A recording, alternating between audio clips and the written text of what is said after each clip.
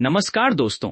आज हम आपके चैनल पर एक शानदार और चतुराई भरी कहानी लेकर आए हैं, पड़ोसी राजा, जो भारत के प्रख्यात चतुर नायक तेनालीराम की एक प्रसिद्ध कथा है। यह कहानी विजयनगर साम्राज्य और उसके पड़ोसी राज्य के बीच के विवाद की है, जहां कुछ चालाक दरबारी राजा को यह झूठा संदेश पहुंचाते हैं कि तेनालीराम अपने राजा के विरोधी को समर्थन दे रहा है ताकि वो तेनालीराम को दरबार से उखाड़ दें।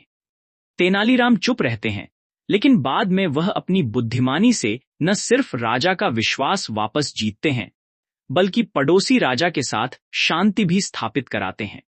यह कहानी दोस्ती, चालाकी और सत्य की जीत की प्रेरक मिसाल है। तो चलिए शुरू करते हैं पड़ोसी राजा के साथ। विजयनगर राज्य का अपने पड़ोसी राज्य से मनमुटाव चल रहा था। तेनालीराम के विरोधियों को तेनालीराम के खिलाफ राजा कृष्णदेव राय को भड़काने का यह बड़ा ही सुंदर अवसर जान पड़ा। एक दिन राजा कृष्णदेव राय अपने बगीचे में अकेले बैठे पड़ोसी राज्य की समस्या के बारे में ही सोच रहे थे कि तभी एक दरबारी उनके पास पहुंचा और बड़ी होशियारी से इधर उधर झांकता हुआ राजा के कान के पास मुंह ले जाकर बोला, महाराज, कुछ सुना आपने? नहीं तो क्या हुआ? राजा चौंके। महाराज, क्षमा करें, पहले जान बख्श देने का वचन दें तो कुछ कहूं। जो भी कहना हो निस्संकोच कहो, डरने की कोई बात नहीं है। राजा ने दरबारी को अभय दान देते हुए कहा। महाराज, तेनालीराम पड़ोसी राजा से मिले हुए हैं। वे हमारे पड़ोसी राजा के साथ हमारे संबंध बिगाड़ना चाहते हैं। क्या बकते हो? राजा गरज कर बोले। मैं तो पहले ही समझ गया था महाराज। तेनालीराम ने आपके ऊपर ऐसा जादू किया हुआ है कि आप उसकी शिकायत सुन ही नहीं सकते, या यूं कहिए कि तेनालीराम की शिकायत आपके कानों को सहन नहीं होती। तेनालीराम राज्य का सच्चा वफादार है, वह कभी राजद्रोह नहीं कर सकता। तुम्हें कहीं से अवश्य ही गलत सूचना मिली है। राजा कृष्णदेव राय ने उस दरबारी से कहा, महाराज, आपको जितना विश्वास तेनालीराम की सच्चाई पर है, उससे कहीं अधिक विश्वास मुझे अपनी इस सूचना पर है। पूरी तरह जांच व परख करके ही मैंने आप तक यह सूचना पहुंचाई। जब उस दरबारी ने खूब जोर देकर अपनी बात कही तो राजा को सोचने पर मजबूर होना पड़ा।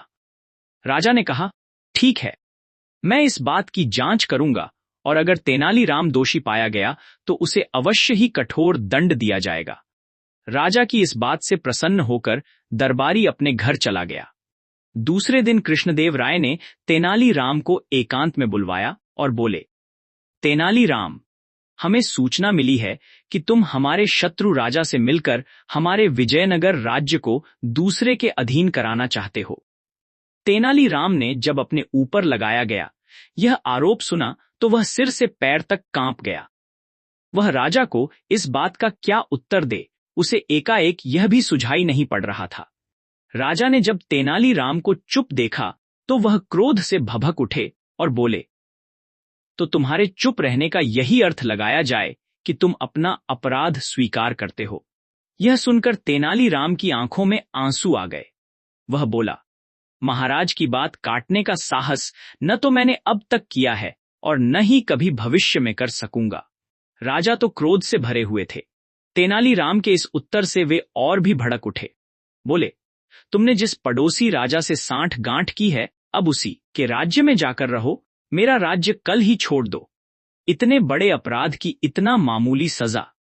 तेनालीराम ने राजा से कहा, तुम्हारी अब तक की सेवा को देखते हुए, मेरे तुम्हारे मित्रतापूर्ण संबंधों को देखते हुए तथा तुम्हारे पद की गरिमा को देखते हुए मैं तुम्हें इतना ही दंड देना उचित समझता हूं। यदि कहीं अपराध किसी और ने किया होता तो मैं उसकी बोटी बोटी नुचवा लेता। राजा ने क्रोध में बिफरते हुए कहा। तेनालीराम ने राजा का फैसला सुना और अपनी सफाई में एक भी शब्द नहीं कहा। बेचारा चुपचाप सिर झुकाकर राजा के सामने से चला गया। दूसरे दिन जब तेनालीराम के विरोधियों ने यह सुना कि तेनालीराम राज्य छोड़कर चला गया है तो उनकी खुशी की सीमा न रही। वह सब राजा पर अपना प्रभाव बढ़ाने के उपाय सोचने लगे और अपनी पदोन्नति के मंसूबे बांधने लगे। तेनालीराम विजयनगर राज्य के शत्रु राज्य की राजधानी पहुंचा और वहां के राजा से मिला। उसने उस राजा के गुणों का वर्णन छंदबद्ध करके उसे सुनाया। राजा अपनी प्रशंसा सुनकर खुशी से झूम उठा। उसने तेनालीराम से उसका परिचय पूछा। तेनालीराम ने अपना परिचय देते हुए कहा, मैं विजयनगर के राजा कृष्णदेव राय का निजी सचिव तेनालीराम हूं। उस राजा ने तेनालीराम की बहुत प्रशंसा पहले ही सुन रखी थी, लेकिन तेनालीराम से भेंट का यह पहला अवसर था। उस राजा ने तेनालीराम का भरपूर स्वागत किया। तेनालीराम ने इस स्वागत के लिए राजा को धन्यवाद दिया। राजा बोला, तेनालीराम, राजा कृष्णदेव राय हमें अपना शत्रु मानते हैं, फिर भी तुम हमारे दरबार में निडर होकर कैसे चले आए? तुम तो राजा कृष्णदेव राय के निजी सचिव हो। यहां शत्रु के राज्य में तुम्हारा कोई भी अनिष्ट हो सकता है। राजा ने हालांकि सच कहा था, फिर भी तेनालीराम ने मुस्कुराकर कहा, राजन, आप विद्वान हैं, आपके पास अपार शक्ति है, आप सुयोग्य प्रशासक हैं और प्रजा की भलाई चाहने वाले हैं। बिल्कुल ऐसे ही गुण हमारे महाराज में भी हैं। वे आपको अपना शत्रु नहीं, मित्र मानते हैं। आपकी इसी भ्रांति के निवारण के लिए महाराज ने मुझे आपके पास भेजा है। महाराज हमारे दुश्मन नहीं, दोस्त हैं। आश्चर्य से चौंकता हुआ राजा बोला, लेकिन हमारे जासूसों ने तो हमें यह खबर दी थी कि राजा कृष्णदेव राय हमारे राज्य पर हमला करने की तैयारी कर रहे हैं। हां राजन, हमारे गुप्तचरों ने हमारे महाराज से यही बात आपके लिए भी कही थी, तभी हमारे महाराज ने मुझे आपके पास भेजा है। युद्ध कभी किसी के लिए लाभकारी हुआ है, जो आप जैसे दो विद्वान राजाओं को लाभकारी होगा, तेनालीराम ने कहा। उस राजा पर तेनालीराम की बातों का असर हुआ।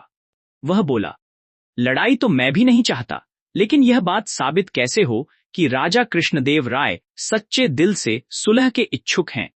आप कल ही कुछ उपहार व संधि पत्र देकर अपना एक दूत विजयनगर भेज दें।